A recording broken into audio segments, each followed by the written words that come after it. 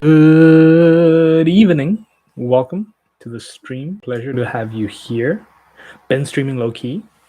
And let's get straight into the talk without further ado.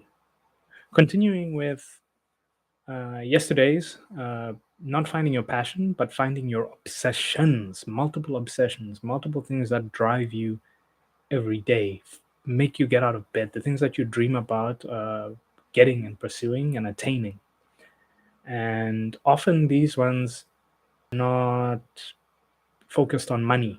It's usually focused on a particular goal or achieving a certain state, whether it being a better master of karate or being a master chef or climbing to all the peaks of the world's top summits, visiting every beach in the world, and writing a series of books all about your travels. Often those are obsessions. It's particular things you want to, have to, gotta do it, I gotta do it, and you even put your money into your obsessions versus your passions, which are like, what money can I get out of this? What, you know, or some things which you have absolutely no passion for. You're looking purely at what financial value can I get out of it. And if I was already a millionaire, I wouldn't even be doing this. So sometimes one of the best ways to look at it is, if I were already a millionaire, how would I be spending my day after all the nonstop partying and mindless activities? What meaningful thing would I be doing were I a millionaire right now? What particular cause would I try change if I was not in survival mode? Often, making decisions in survival mode, yeah, are super short-term decisions, and we live long-term lives. Hopefully, the goal should be to live a long-term life and to get long-term fulfillment and long-term satisfaction, not only focused on short-term. So, saying that, how do you now find what are you good at, or what can I be paid for? What can I become obsessed about? Let me change that. Not what can I be paid for? What would I be willing to pay my time into, pay my finances into? What particular thing interests me that much? And a great way to find that is, you can write things down or type things out, especially if we live in the modern age. Let's save some paper.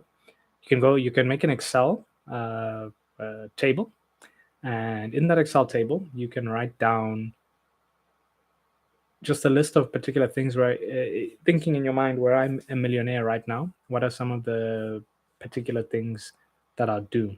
Myself personally, I've always wanted to start a brand, a lifestyle sort of brand, which is a mix between making fashion items and hosting events and curating experiences and making exhibitions, and really make something that could inspire and influence people to align their lives to a bigger, better thing.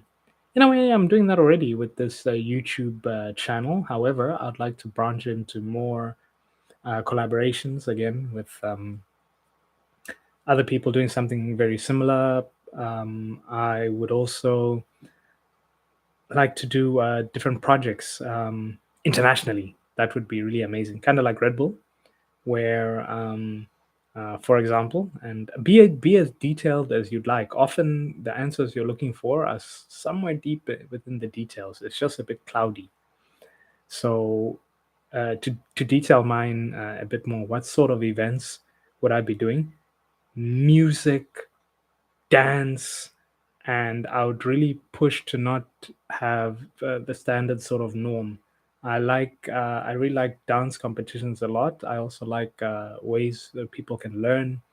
So if there was some way where I could have almost like a dance event, but it'll be like a giant Japanese lesson at the same time, and it'll teach things like Kaizen, and really it'll be the type of not even a dance event, like almost like a dance workshop, but also go into people learning the greater life skills. And also, it would be an opportunity to travel without getting on a plane. So I'd have these massive installations of photos I've taken in Japan, and it would be a way for people to access the Japanese experience without actually having to travel and do all the PCR tests and pay the exorbitant fees.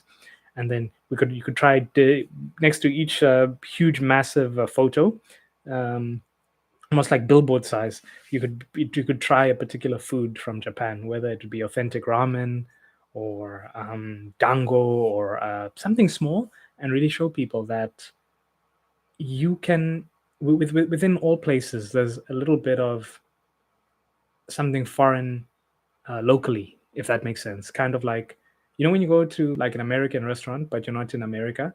Like when my first time going to McDonald's, I felt like I was in another country. Everything was just different. The uniforms, the way the food tasted, everything. So I'd really want to bring that experience to just more people, especially in areas where people don't get the chance to travel.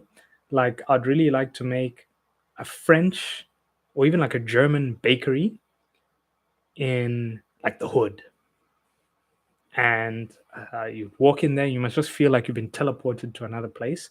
And I'd put a giant glass screen where the actual bakery is for people to see and understand processes, understand how to make minute, precise changes to something, and make things to an extremely high level.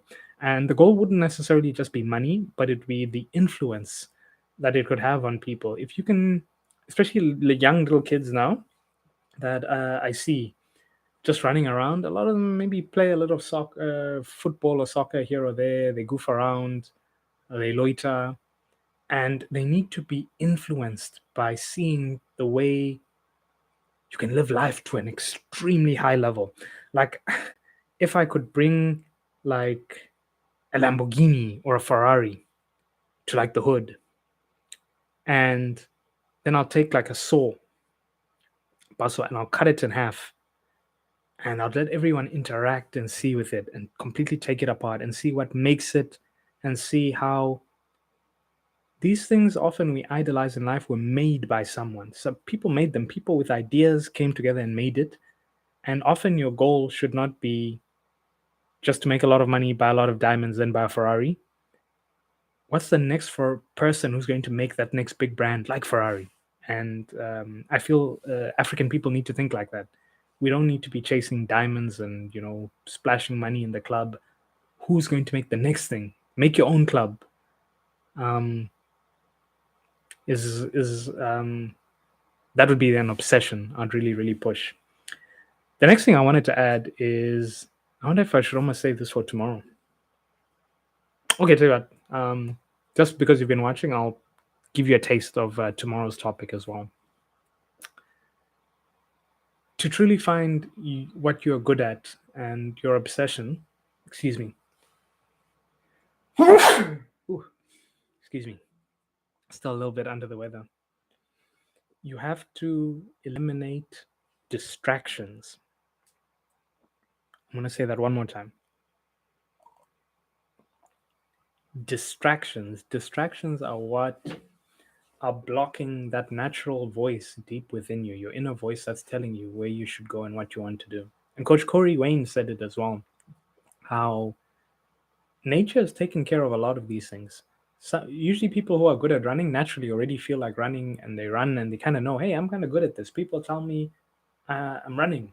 Or maybe you bake bread. Yeah, this I'm not going to let this bread example go. Or maybe you bake bread and you always feel like baking bread, and you're always looking up bread recipes.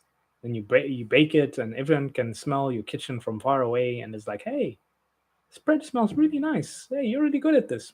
And you're like, oh yeah, but I don't know what I should do with my life. And it's like, keep baking, bake bigger and bake better. So often in life, the answer is actually already there. We just have to eliminate distractions of everyone telling you, you should be doing this now. You should be a chartered accountant. You should be this. No, don't be a baker, be this. But what if you're going to make some of the world's best bread ever? So I'm going to leave it there. Thanks for tuning in to the Sunset Stream. We've been doing daily streams, and we have got 2 more days, actually, of streams, and we've reached the goal of streaming every single day in the period of Lent. It's been a pleasure having you, and I feel I've grown quite a bit as a streamer. So I appreciate all those who joined in to this journey. But Right, the last stretch, we can do it. Take care of yourselves, and I will see you tomorrow.